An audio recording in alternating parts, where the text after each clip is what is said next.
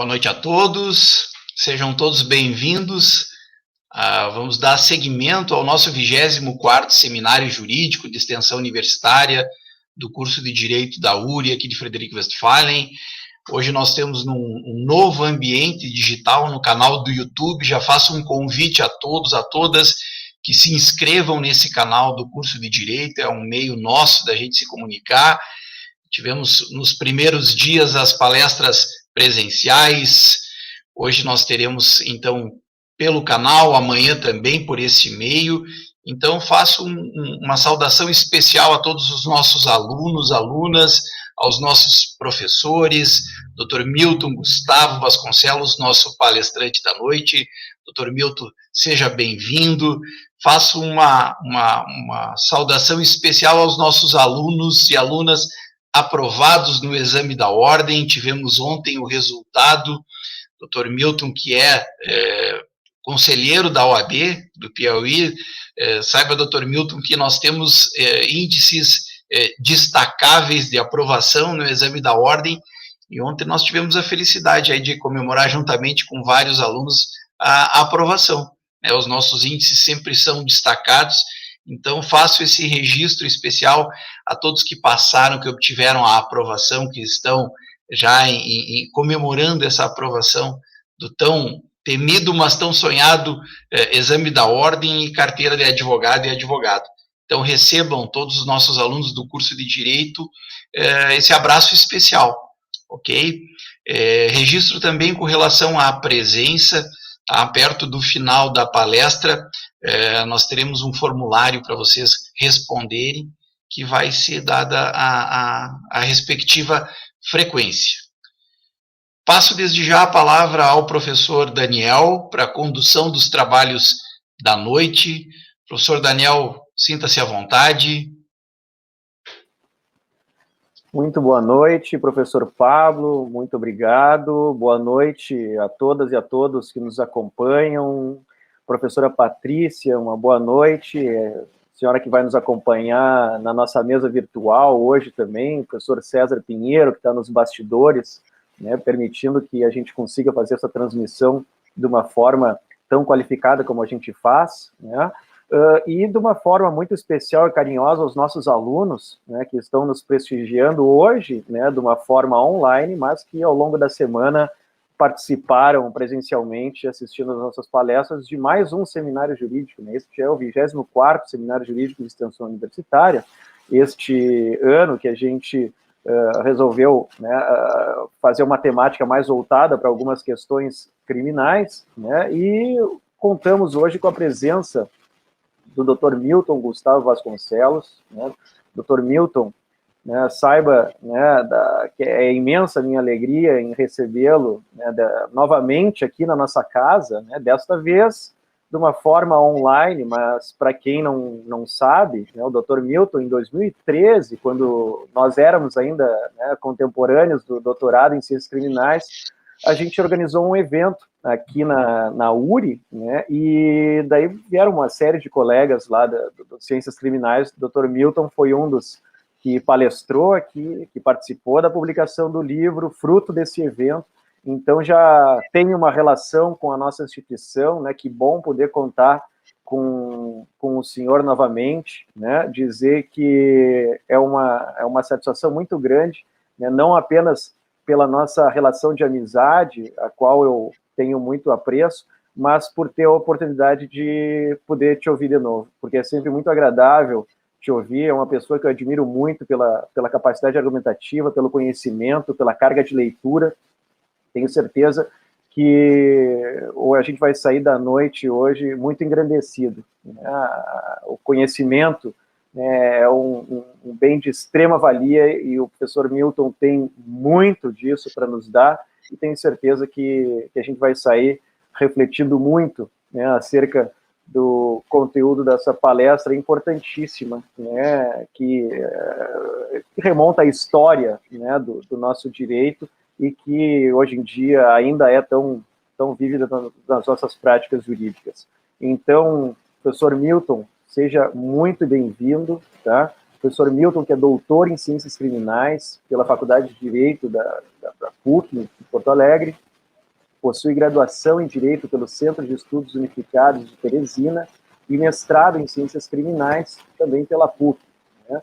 É professor adjunto da Universidade Estadual do Piauí, presidente do Tribunal de Ética e Disciplina da OAB em Piauí, e ele que é um advogado atuante, junto à OAB. Temos a companhia aqui da nossa presidente da sucessão de Frederico Westphalen, a doutora Patrícia. Então, doutor Milton, é uma grande e honrosa satisfação ter o amigo aqui participando mais uma vez dos nossos eventos do curso de Direito da URI de Frederico Westphalen. Obrigado, professor Daniel, meu querido amigo, meu dileto amigo, quem tenho muitas saudades, né? Muitos anos a gente não se encontra, e uma das coisas boas de ter morado no Rio Grande do Sul foi ter tido a sua amizade, sua convivência, foram anos esplêndidos, né? Agradeço ao professor Pablo e à professora Patrícia. Realmente já tive a oportunidade de palestrar nessa esplêndida instituição que é a URI, né? Um dos auditórios mais bonitos que eu já conheci. E até uma história interessante, professor Daniel, e triste, que depois que eu dei essa palestra aí, algumas estudantes aí da casa ficaram meus amigos, né? Pediam indicações de livros, conversavam. E um deles faleceu num acidente de carro, anos atrás. E, enfim, eu nunca conheci esse colega pessoalmente, né? Mas vocês vejam como a internet às vezes permite coisas interessantes, né? Eu tinha uma amizade fraterna, senti bastante quando ele faleceu, mas nunca tive a oportunidade de apertar a mão dessa pessoa, de conversar pessoalmente, de olhar nos olhos, né? Então guardo essa história comigo. Mas, meus amigos, recebi aqui o convite do professor Daniel e eu não sabia que o tema do evento era inovação, né? E até eu não sou o cara mais adequado para esse evento, porque eu acredito que não existe inovação no direito. Tá? Toda vez que eu vejo alguém falando assim, uma grande inovação do direito, eu falo, poxa, os romanos já tentaram. Ou sei lá, os gregos, os medievais, qualquer coisa, tá? Eu vou dar alguns exemplos para vocês, né? Muita gente falava da união estável, né, quando eu era estudante, né? Era uma novidade, né? A união estável entre os romanos se chamava usus. Se você morava um ano com a mulher, vocês eram casados, acabou, né? Era o usus, né? As novidades, né? Alguns falam, a conciliação é uma grande novidade, cara. O direito bárbaro germânico era só conciliação, né? E por aí vai. Então, os conflitos humanos, as questões humanas, o problema da injustiça, ele é perene, né? E as formas de solucionar isso também, elas voltam, elas vão, elas se repetem, e dificilmente elas se renovam, certo? Dito isso, eu vou falar de um período em que houve alguma transformação no direito, tá? E essa transformação, ela ressoa até hoje na nossa forma de entender o direito.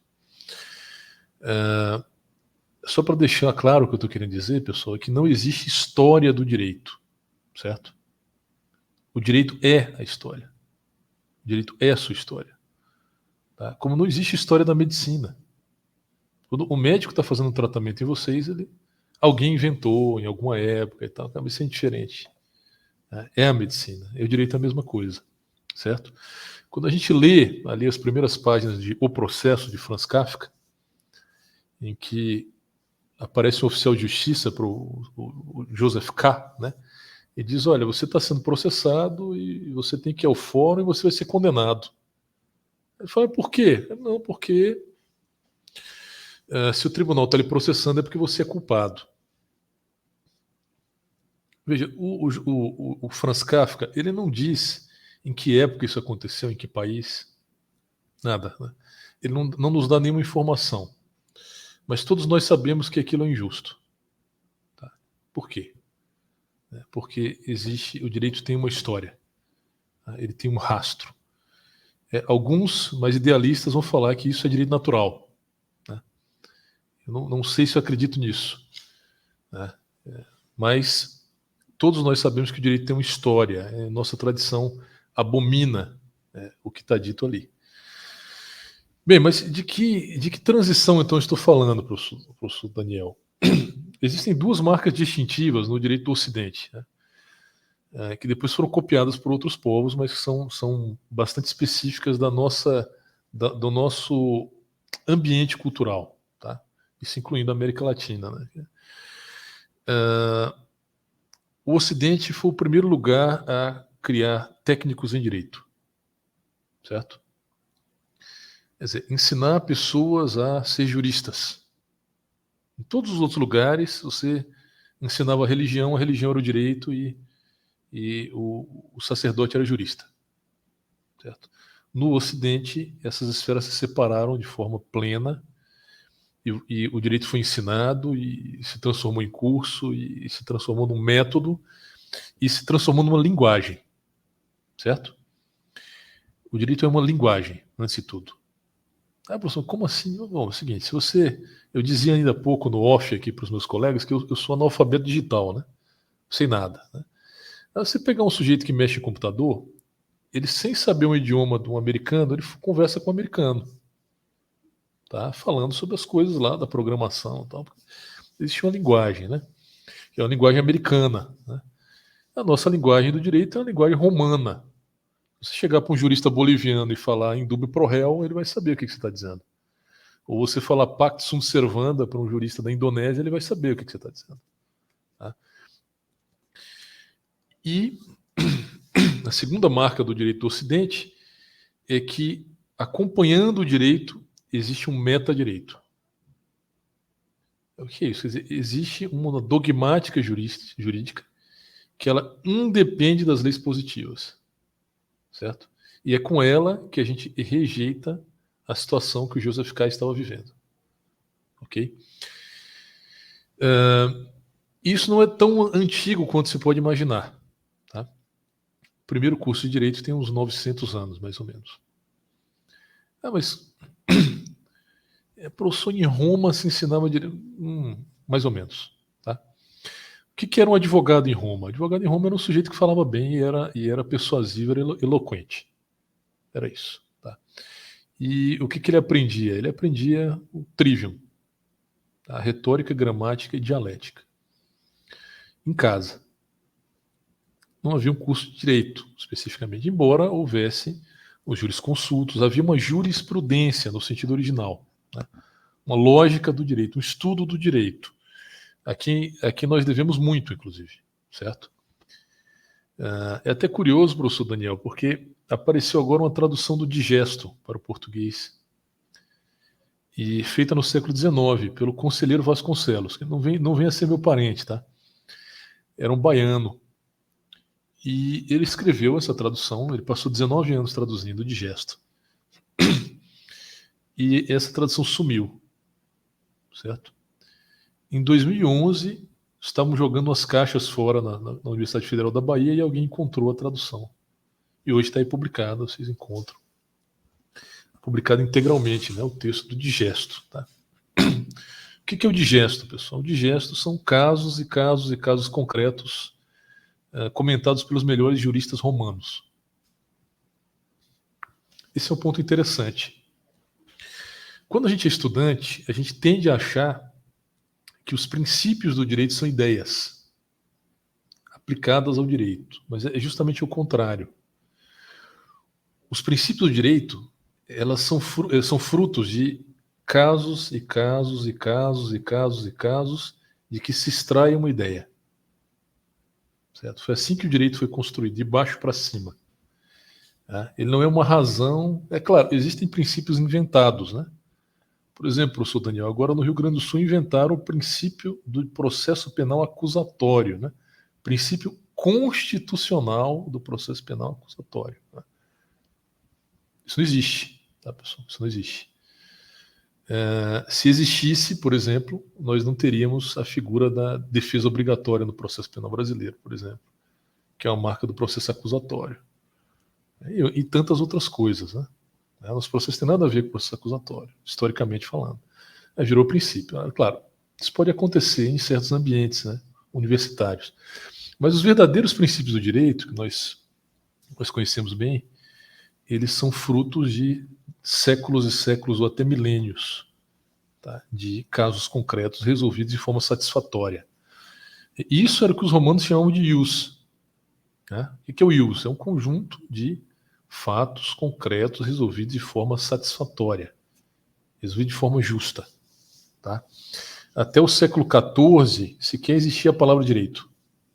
A palavra direxio, ou seja, a ideia de que o direito é um encaminhamento, é uma direção, é um caminho, ele é algo moderno, certo? Sim, mas eu até estou me perdendo. Vamos voltar para o assunto. Então, como é que surgiu a ideia de que era possível ensinar direito? Bom, durante a Idade Média, especialmente a Alta Idade Média, as pessoas ensinavam direito mais ou menos como um mestre ensina karatê, ou judô.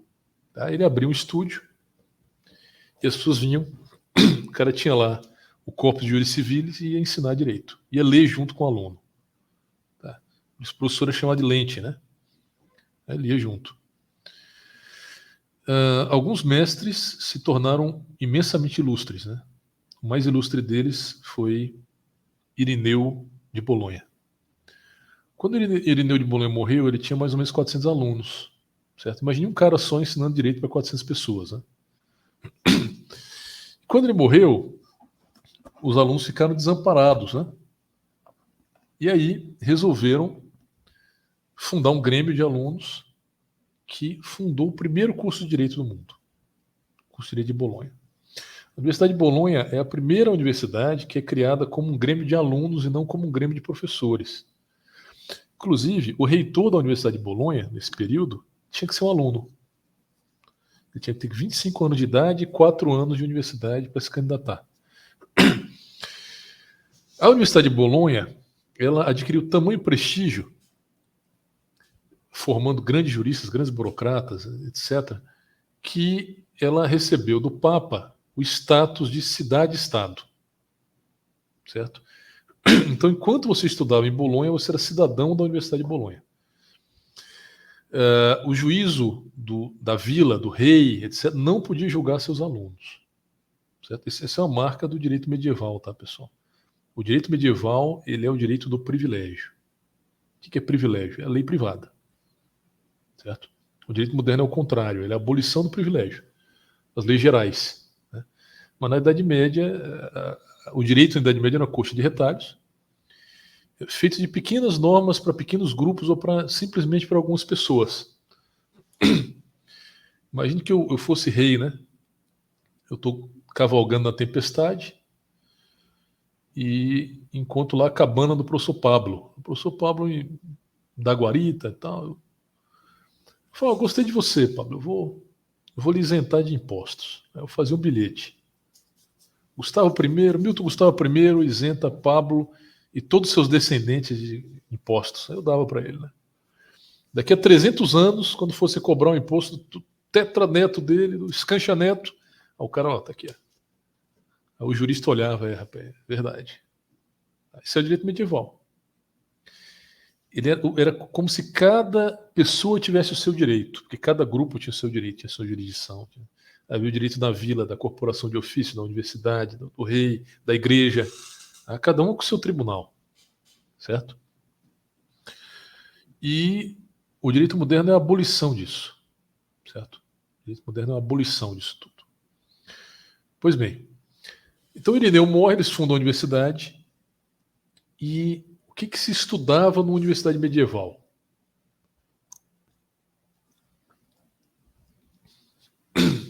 Eu sei que é uma lenda, né? Que a igreja combatia os avanços científicos na Idade Média, né? O Galileu era um herói da ciência, né? Existe. Né? Esqueçam isso, tá, pessoal? A igreja fundou todas essas grandes universidades que vocês conhecem hoje. Oxford, Cambridge, Coimbra, Sorbonne, Colônia, todas. Salamanca, todas, simplesmente todas. Tá? E os ditos hereges davam aula nelas. Certo? Kepler dava aula em Salamanca, por exemplo. Nunca foi queimado, nunca foi nada disso. Certo? Aliás, Galileu também nunca foi queimado, como que se diga. Tá? Então os hereges lecionavam nas universidades. Bem, O que se estudava, então, na universidade medieval? Você tinha 3 grandes ciclos, né? O primeiro é o trivium, aquele mesmo dos romanos, gramática, retórica e dialética. Até hoje, quando uma coisa é fácil, se diz que é trivial, né? Por isso, era o primeiro estágio do conhecimento. Falar bem, escrever bem e pensar corretamente. O segundo estágio era o quatrivium, geometria, astronomia, música e aritmética. E esses 7 conhecimentos formavam a maestria em artes, né? Ou maestria em artes liberais, certo? E aí, por fim, haviam 3 doutorados: medicina, teologia e direito. Teologia, pessoal, era tudo, tá? Pedagogia era teologia, botânica era teologia, astronomia era teologia, matemática era teologia. O que não fosse direito nem medicina era teologia. Nos Estados Unidos, eles mantiveram essa nomenclatura, né? Você vê que lá é Philosophy Doctor, PhD, né? Quem não é doutor em direito, que eles chamam de Legum Doctor ou Juris Doctor, e não é doutor em medicina, que é o Medical Doctor, né? Medic Doctor, né? O resto é PhD. Isso não tem PhD em direito, né? Não existe. PhD para outras áreas, né? Nós podemos ser no máximo Legum Doctor, né? Doutor em leis, tá? E é por isso, é daí que vem a tradição de chamar advogado de doutor, de chamar médico de doutor. Não tem nada a ver com isso.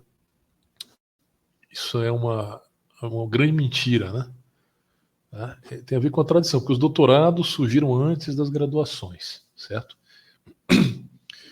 Bem, o que se estudava então em Bolonha? Em Bolonha, o sujeito já tinha que ser mestre em artes liberais para entrar. Ou seja, ele tinha que ter vindo de outra universidade. E lá só se ensinava o doutorado em direito. E o que eles aprendiam lá, eles liam o Corpus Juris Civilis inteiro. Tá? Esse era o estudo. Tá? O professor lia, os livros eram caríssimos, então havia muitos colegas que dividiam os livros, né? Havia um intenso comércio de aluguel de livros. Tá? Havia uma guilda, né, de locadores de livros de direito, certo? E o que é o Corpus Juris Civilis, pessoal? É o direito romano compilado pelos bizantinos, certo? E ele se compõe de 4 partes. O digesto é a parte mais importante, o digesto ou pandecta, né? Que é a opinião dos sábios sobre o direito. A opinião de 1.500 sábios romanos sobre o direito. Daqui a 2.000 anos, pessoal, ninguém vai saber o nome de um jurista brasileiro. Tenho certeza disso. Talvez saiba o nome do Rui Barbosa, talvez, do Pontes Miranda. Tá? Hoje nós sabemos o nome de 1.500 juristas romanos, né, que escreviam sobre direito. Certo? Numa época em que um pergaminho durava só 500 anos. Ok? Depois tinha as institutas, que era um livrinho de introdução ao direito, tá? Feito a mando do imperador Justiniano. É bom para vocês, estão aprendendo direito lá. Serve para hoje, do mesmo jeito. Tudo que ele ensina lá serve para hoje. Tá? As novelas, que eram as leis dos imperadores, as constituições, que eram as leis dos imperadores, e as novelas, que eram as leis do próprio Justiniano. Esse era o Corpus Juris Civilis. Então, o cara passava lá uns anos lendo isso, e depois ele virava um jurista, ia trabalhar nos tribunais, ia trabalhar na Inquisição, ia trabalhar com burocrata, ia trabalhar em qualquer lugar. Mas tem um detalhe importante, viu, professor Daniel, que é o seguinte: quando Bolonha é fundada, o direito está se transformando, certo? Em primeiro lugar, a ideia de que a autoridade pode fazer o direito está se tornando muito intensa, certo? Até a Idade Média, pessoal, mesmo os imperadores romanos, eles legislavam em casos concretos, em resposta a casos concretos. A ideia de que a lei é um comando abstrato, superior, que vincula todos igualmente, ela não existia, certo? Na Idade Média, menos ainda. Tá? O Isidoro de Sevilha dizia que a lei é a constituição do povo ratificada por suas autoridades. Então a lei era uma coisa que é de baixo para cima. Você pega os códigos medievais, a Lex Anglorum, Lex Visigotorum, a Lei Sálica, eles são uma espécie de antropologia jurídica. Eles são o retrato que os juristas davam do direito do povo. Para guiar quem? Para guiar os juízes. Mas por que guiar os juízes? Porque na Idade Média vigia o princípio da personalidade. Ou seja, você era julgado de acordo com a lei do lugar de onde você veio. E ainda do estamento a que você pertencia. Não havia territorialidade. Então o juiz ele tinha que conhecer o direito de vários lugares. Tá? Ele tinha que ter um amplo conhecimento do direito de outras regiões para poder aplicar a lei. Tá? E claro, se vocês olharem esses códigos, vocês vão ver lá, professor Daniel, o verdadeiro sistema acusatório. Tá? O que é isso? Como é que funcionava, por exemplo, o processo penal na Inglaterra medieval? Como é que funcionava? Alex Anglorum. Né? A mulher é acusada de furtar um porco, por exemplo. E eles botavam o nome, né? De furtis porcorum. Né? O crime. Imagina hoje em dia, né? Você tem um tipo para cada crime, né? Isso é impossível, né? Aí o que o juiz fazia? Né? Bom, chegava alguém para reclamar, fazia acusação. O processo começava com acusação e não com uma pergunta, né? Que é o inquérito. O inquérito é uma pergunta, uma grande pergunta. Não, ela começava diretamente com a acusação. E aí o juiz chamava a mulher e dizia: olha, você jura por Deus que não furtou? Aí se ela dissesse: juro, está resolvido.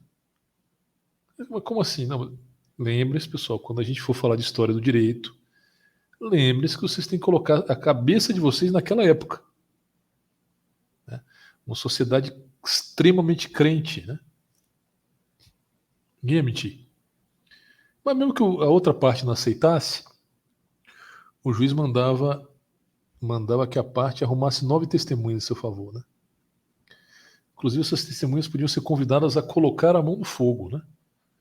Para provar a inocência da ré.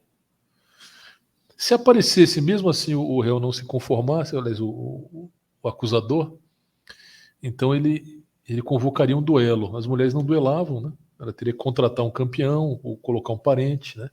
Para um duelo até a morte. Se ela não tivesse, ela passava pelo ordalho, né? Ordalho dos 9 ferros. A mão dela era queimada. Se não cicatrizasse em um determinado período, ela era executada. Certo? Em 1215, no Conselho de Latrão IV, os duelos e os ordalhos são abolidos. No mesmo documento que cria a Inquisição. Certo? Professor, mas eu soube que na Inquisição se usava ordalhos. Não. A Inquisição torturava o réu. Ordalho é outra coisa. Ordalho é uma prova de sorte. Certo?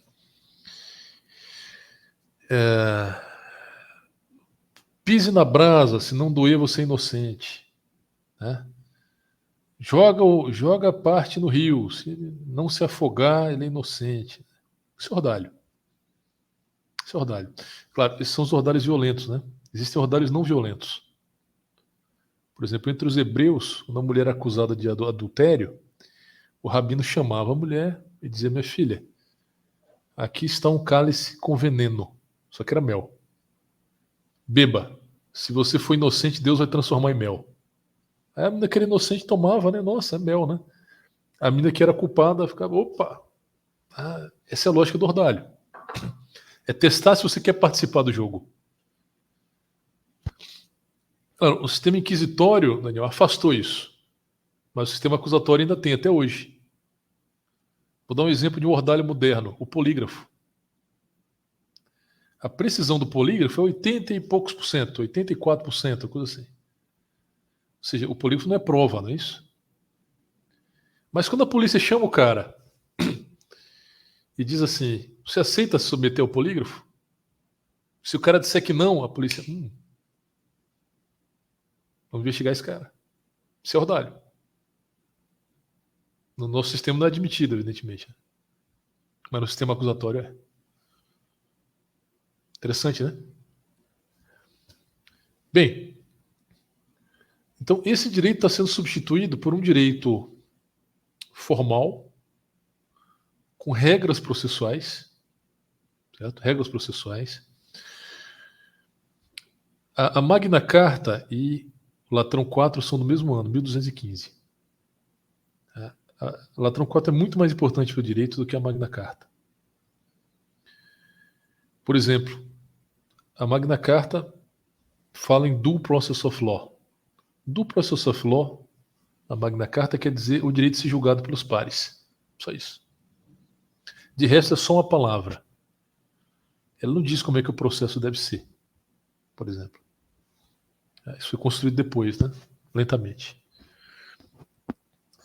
Enfim, então, o direito está se transformando.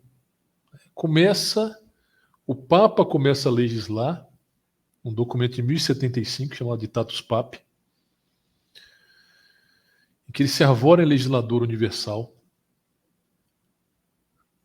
Quase um século depois, né, como é que era o sistema político europeu, pessoal? O Papa era o sucerano, o imperador do Sacrosanto Império Romano Germânico era seu vassalo, era eleito, e os reis locais eram vassalos do imperador. Um século depois, já no ambiente de conflito entre guelfos e gibelinos, o imperador lança a famosa Segunda Controvérsia de Roncaglia, em que ele indaga a 34 juristas se, por ser um legado do Papa, o imperador pode também legislar. E vence a tese de que o legislador pode legislar também, certo? A gente tem que lembrar, pessoal, que a autoridade até a Idade Média era muito, muito indiferente ao direito, certo? Quando a gente pensa no poder contemporâneo, a gente pensa no poder jurídico, né? Um poder jurisdicionalizado. O que é ter poder hoje? É ter poder de perseguir os outros, né? Ter poder de perseguir os outros. Criminalizar, de abrir inquéritos, isso é o poder. Isso é o poder do Estado moderno, né? Isso, de maneira nenhuma, era o poder até pelo menos o século XIII, certo? As autoridades eram absolutamente alheias ao direito. O direito era coisa do povão. A autoridade só reconhecia o direito, aplicava ali, mas ele era basicamente um costume positivado. O direito era um costume positivado em todas as partes. E deixa de ser, né? A natureza do poder era muito diferente, né? Se eu chegasse para um rei medieval e dissesse assim: Majestade, o povo está passando fome. Ele vai dizer: o que eu tenho a ver com isso? Estão invadindo o reino? Não tem nada a ver com isso. Minha missão aqui é que não invadam o reino. O resto se virem. Tá? A natureza do poder é completamente diferente. Bem, depois da segunda controvérsia de Roncaglia, passam-se alguns séculos, especificamente 2, e surge a chamada doutrina do direito divino dos reis. Professor Daniel, eu tenho quanto tempo ainda? Olha, fica bem à vontade, já passou cerca de 30 minutos, se eu não me engano, né? Mas fica bem à vontade, né? Se quiser falar mais 10, mais 15, a gente não tem um combinado, né? A gente deixa bem à vontade o palestrante, né? Mas aí, 3 horas e isso, 50. Ótimo, vai ser... Não, tô brincando. Né? Para mim vai ser um prazer ficar ouvindo, né? Mas a gente tem o horário da universidade, né? Então... Tô me encaminhando para o final, Tá bom. Bem, aparece então a doutrina do direito divino dos reis, né? Que tem como corolário que todo rei é imperador de seu reino. Ora, mas qual a diferença então entre rei e imperador? Bom, o imperador é o nomos episcopos, né? Ou seja, é a lei viva. Está fora do sistema jurídico. Ele é mais ou menos como o ministro do STF no Brasil. Né? As leis não se aplicam a ele. E o rei é o primo inter pares, é o primeiro entre iguais. É o primeiro cidadão, príncipe. Né? Então a lei se aplica a ele. Na Inglaterra, houve uma série de revoluções para que o rei não se tornasse imperador. Certo? Então, por exemplo, a Rainha Vitória ela governou 1/4 do mundo, mas ela nunca foi imperatriz. Ela podia até dissolver o parlamento, como o rei Charles pode. Rei Carlos, né, III, ele pode dissolver o parlamento inglês, mas ele não pode fazer uma lei. Certo? Então, eles são reis. O imperador pode. O imperador podia. Só que, nesse movimento de transformação dos reinos em impérios locais, o poder do rei foi se soerguendo paulatinamente e deu origem ao que hoje nós podemos chamar de absolutismo. Tá? Absolutismo. O que é o absolutismo? É você ter um rei que faz leis. Né? Ele legisla, o juiz que ele designa julga e ele é o executivo. Tá? Isso é absolutismo. Alguns países avançaram muito nisso, como a França, né? E outros avançaram muito pouco, como a Inglaterra. Ah, professor, mas meu professor de história disse que criaram os parlamentos para limitar o rei. Poxa, é bonitinho isso, né? Mas não foi assim. Por que os reis criaram parlamentos, pessoal? Os reis criaram parlamentos exatamente para fazer o que o parlamento faz hoje. Eu crio um povo honorário, o que é fácil, muito fácil negociar, é fácil pressionar, é fácil induzir, para que eles me deem o poder que o povo jamais me daria.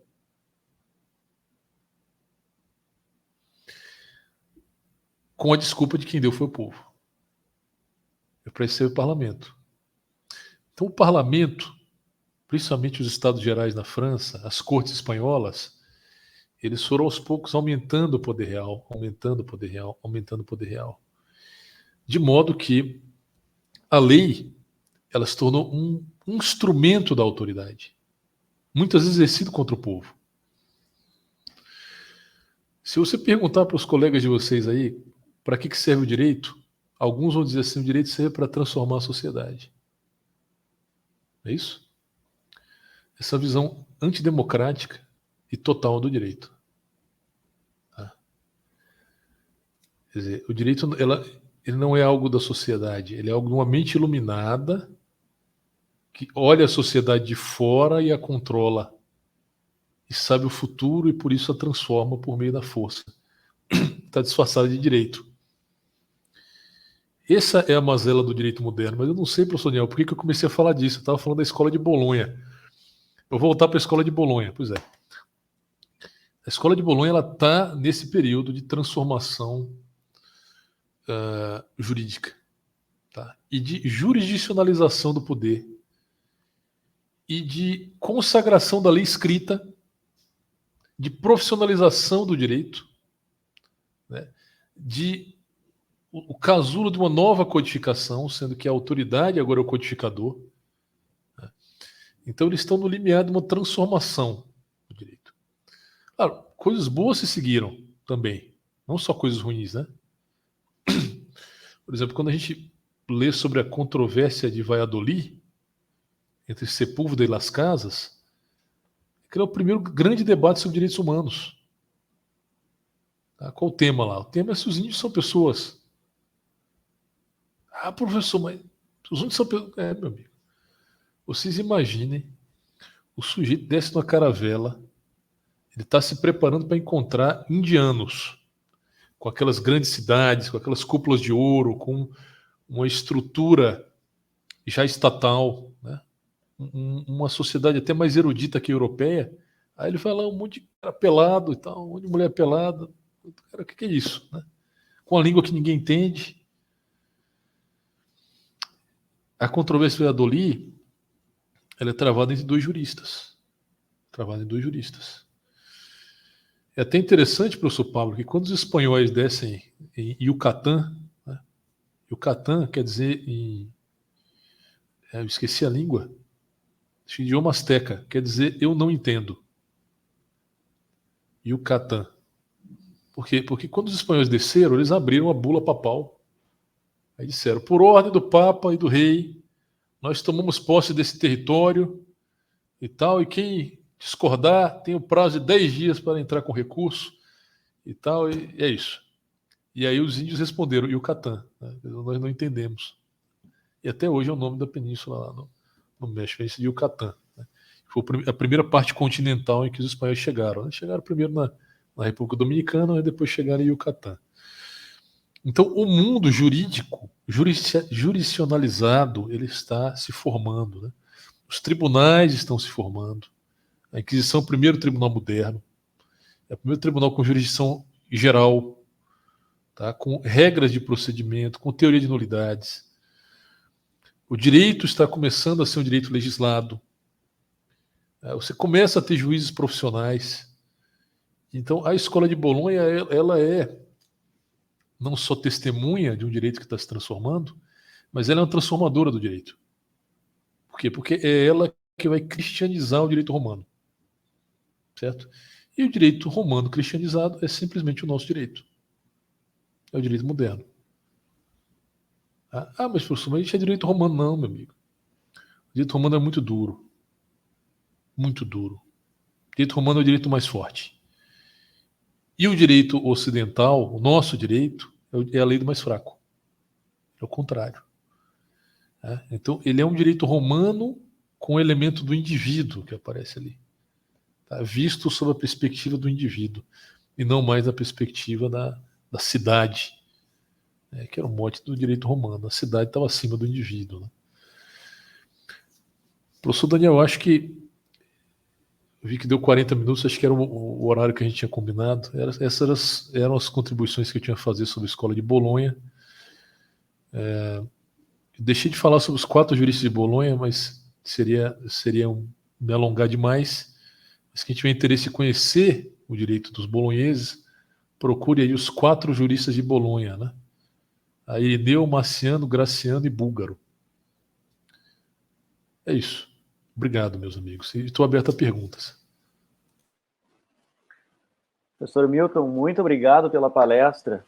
Como sempre, é um prazer ouvi-lo e conhecer, beber um pouco dessa fonte de sabedoria. E com a fala mansa, vai contando a história e é sempre muito, muito agradável. Eu sempre aprendo muito nas nossas conversas, nas palestras que a gente compartilha, e fico feliz, mas em algumas partes da fala, eu confesso, dá um pouco de tristeza, porque apesar de tudo isso que a gente já passou, de tanto tempo que a gente estuda e tenta transformar, a gente acaba repetindo de uma forma disfarçada, muitas vezes, alguns erros.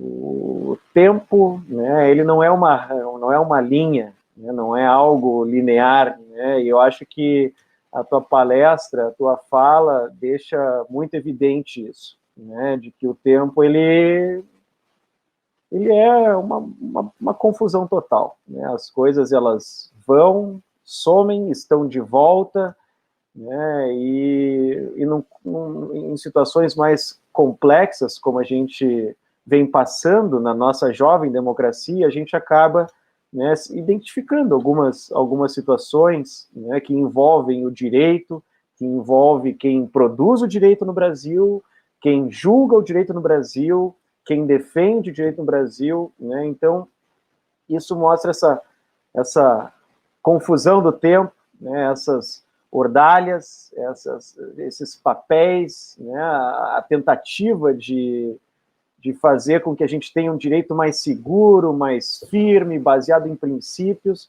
mas a gente está num período muito conturbado, e que, inclusive, às vezes traz complicações extremas para o professor de direito processual penal explicar algumas coisas em sala de aula, mas certamente revisitando esses nossos porões do direito, a gente consegue se dar conta de por que nós somos de um jeito ou de outro, a história se repetindo, e fico muito feliz de poder contar com um amigo e trazer toda essa visão aí, sobre a história do direito, e se confunde com o ser o direito, como bem colocaste no início da palestra. Então, professor Milton, mais uma vez, muitíssimo obrigado.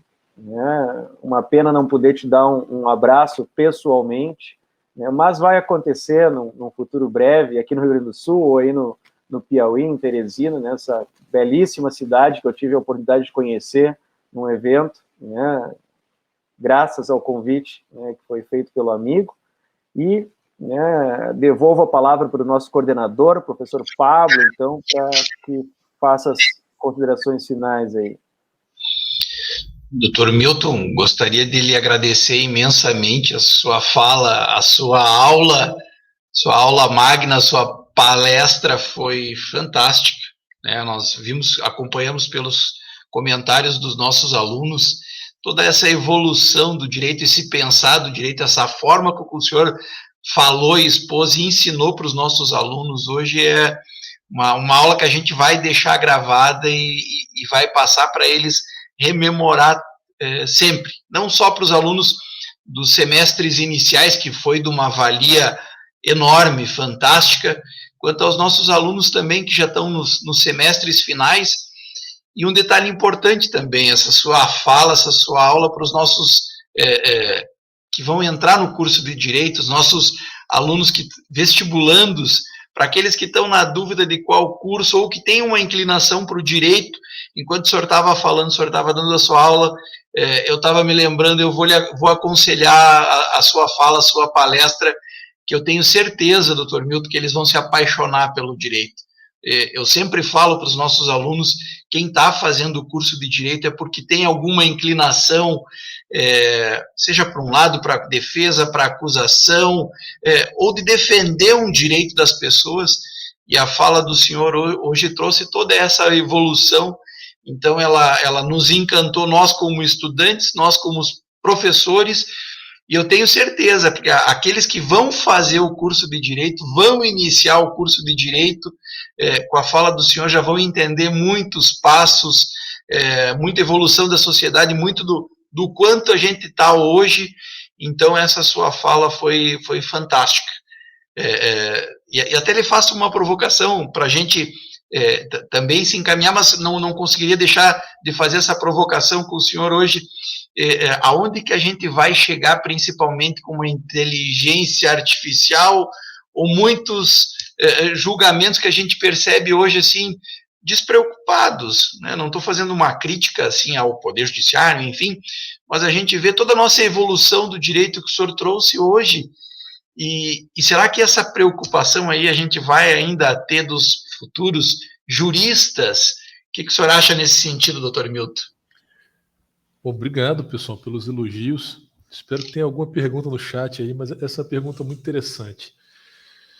A liberdade humana vai desaparecer, professor. Desculpa falar de forma tão crua, mas o que acontece? O Estado tem cada vez mais tecnologia. Certo? Então, você imagine que antigamente o cara cometia um crime, era só ele ir embora e ele nunca mais ia ser preso. Certo? Quando os revolucionários franceses resolveram executar o Luís XVI, ele fugiu. Ele foi o rei, tá? Ele foi até a fronteira com a Suíça. Lá, ele parou numa taberna e foi pagar lá a alimentação dele, a refeição. O cara olhou para a moeda, falou assim: nossa, como você parece com o rei? Aí começaram a gritar: o rei, é o rei, é o rei, é o rei. Ele foi preso. Ou seja, os súditos não sabiam quem era o rei. Quando Napoleão voltou de Elba, chamaram um cara para saber se era o Napoleão ou não. Certo? Então, você podia viver anos no anonimato, mudar de cidade. Então, o Estado tinha poder nenhum. Tá? Poder nenhum. Certo? E hoje ele tem poder total. E esse poder, com a tecnologia, ele vai se ampliando. Então, vai ter reconhecimento facial. O Google já sabe onde é que você anda. E já sabe o que você acessa. Eles fazem um perfil da sua vida. E todos esses instrumentos estão à disposição do poder. Quer dizer, nenhum soberano de época nenhuma teve tanto poder quanto os soberanos do futuro terão. Quanto os de hoje, mas os do futuro próximo. Né? Então a tendência, como nós somos uma geração muito medrosa, e essa pandemia provou bem isso, mostrou bem isso, como nós temos medo de morrer, né? A tendência é que nós entreguemos cada vez maiores parcelas da nossa liberdade em troca da segurança. Como aconteceu. Né? Durante essa pandemia, eu não estou dizendo que estava errado, tá, pessoal? Durante essa pandemia, nós entregamos todas as liberdades. Todas. Ir e vir, todas. Tá? Então, a tendência é uma sociedade securitária, né? E a arte retrata bem isso, né? Com esses livros do Orwell, com esses Minority Report, o cinema. Eles entenderam, os artistas entendem isso mais rápido do que os juristas e os sociólogos, né? Quer dizer, vamos ter uma sociedade cada vez mais securitária, cada vez mais alheia ao risco e com as liberdades humanas cada vez mais enfraquecidas. É isso que eu espero para o futuro, tristemente. E é por isso que eu não saio do Piauí. Tá? Por quê? Porque aqui é tudo esculhambado. Então o cara vai, mas o fiscal não veio, faltou, não, mas ele é filho da dona Dorinha aqui, né, fala com ele. Então aqui o Estado não me pega. Né? Aqui o Estado não me pega tão cedo, vai demorar mais. Quem tiver nos grandes centros, quem tiver em Nova York, quem tiver em Londres, né, vai viver um tipo de liberdade muito diferente nos próximos anos, nas próximas décadas. É triste dizer, mas Perfeito. Me cobrem depois. Quando a gente tiver velhinho, me cobrem. Professor, tem uma pergunta, um aluno colocou no chat, o John Wagner, considerando todo exposto em evolução, ao que o professor atribui o poder exacerbado do STF atual? Cara, toda palestra tem alguém que quer me botar na cadeia, né? Essas perguntas do STF. Eu não vou falar do STF, tá? Não vou falar do STF. Eu vou só dizer uma coisa a você, John. A democracia é um regime de meios, certo? Então nós vivemos para preservar meios democráticos, o direito, a liberdade de expressão, a liberdade da vida, enfim. E os regimes de exceção, as ditaduras, são regimes em que os objetivos são mais importantes que os meios, certo? Então você pode desprezar os meios para atingir objetivos, por isso se chama exceção. A regra não vale. Então, a palavra democracia está sendo usada no Brasil como um escopo para fazer qualquer coisa. Não, é contra a democracia? Então. É isso que está acontecendo no Brasil. Agora, por que aconteceu? Porque todos os juristas estão aceitando, porque ninguém fala nada? Eu não sei. Não sei o que está por trás disso.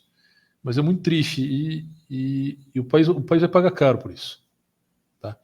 Eu dizia isso, professor Daniel, quando o Teocílio do Amaral foi preso, a gente estudava na PUC, né, que era um senador petista e tal, foi preso em flagrante, quer dizer, ele foi preso preventivamente, estava no exercício do mandato, o crime não era inafiançável, e o cara foi preso sem autorização do Senado.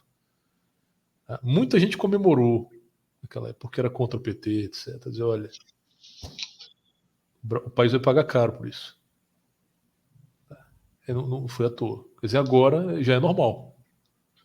Você prender um parlamentar, afastar, já é normal, não tem problema nenhum. Então, essas rupturas que vão sendo feitas casuisticamente para agradar determinados grupos, elas são como pequenas fraturas no casco do navio. Elas vão cobrar um preço. Pode não ser agora, pode ser daqui a 10 anos, 20 anos. Então, o Brasil, infelizmente, vai pagar muito caro por essa insegurança jurídica que nós estamos vivendo. Já está pagando, na verdade, né? Já está pagando, né? Quer dizer, quem quer investir num país como esse, né? Quem quer se arriscar num país como esse? Né? É difícil. Perfeito. Professor Daniel, mais alguma pergunta, alguma colocação? Alguém falou alguma coisa aí. Os vários elogios aqui. Milênio de história. Obrigado. Obrigado. Queria mandar um abraço para o Sujian também, que eu conheci quando eu estive aí. Ele apareceu. Um abraço, pessoal. Obrigado, gente. Obrigado. É isso aí. Eu acho que pelos comentários a gente já tem uma boa impressão sobre como foi a palestra, né? De como é importante a gente conhecer a história, né, e valorizar tudo isso, porque faz parte, né, do que nós somos hoje em dia, né? E às vezes faz até mais parte do que a gente gostaria, né? Mas é muito importante, né? É um conhecimento que a gente tem que resgatar para tentar, né, passar o resto da nossa vida tentando, né, a aprender com a história, a não repetir os nossos erros, né, a tentar repetir os acertos, né. Então, professor Milton, né, muito obrigado por fazer a gente refletir a respeito disso, né, porque se não fosse por todo esse percurso histórico, né, a gente não estaria aqui hoje, né. O nosso papel, né, embora sejamos, né, juristas, operadores do direito, futuros operadores do direito, né, a gente, invariavelmente, a gente tem uma parcela de conservadorismo, né, porque o curso de direito, a história do direito, ela sempre foi conservadora, e como, né, bem colocado no início, é difícil a gente, né, parece que não fecha falar em direito e inovação, né, porque as coisas novas, né, quando vem a mediação, né, a resolução de conflitos por mediação, algo super, né, em voga hoje em dia, mas não é a primeira oportunidade que a gente possui dessa forma de resolução de conflitos, né, de colocar as partes a resolverem seus próprios conflitos, que são as pessoas interessadas. A gente renova, né, o argumento, né, o nosso discurso muda, né, e aí sim a gente traz um discurso inovador, mas no final das contas, né, o resultado é algo que, né, por tempo já colaborou de alguma forma, né, com o nosso direito, né, a gente vai tentando aperfeiçoar, não significa que porque deu errado em algum momento não possa dar certo agora, o contexto é diferente, né, mas a história, ela denuncia, né, o que vem pelo futuro aí, né, e por mais que às vezes a gente fique um pouco receoso com alguns rumos que parecem vão sendo tomados, não no Brasil, mas no mundo inteiro, né, é só a partir do conhecimento da história, né, com o conhecimento sobre o direito e com o conhecimento sobre a nossa sociedade que a gente vai poder se defender de alguma forma, né. Então, muito obrigado mais uma vez aí pela palestra e pela forma que tu abordou esse tema tão importante para nós. Obrigado, professor. Muito obrigado. Dr. Milton, então, em nome do curso de Direito aqui da URI,